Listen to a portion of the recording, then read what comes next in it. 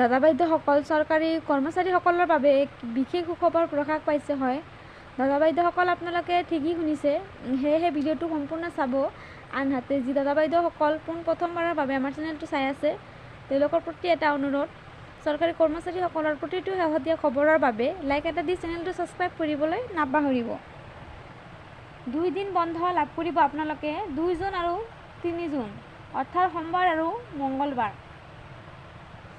আৰু এই বন্ধ ৰাজ্য চৰকাৰৰ সকলো জিলাতে প্ৰযোজ্য নহ'ব। বিশেষকৈ ইয়াত প্ৰযোজ্য হ'ব কৈছে যে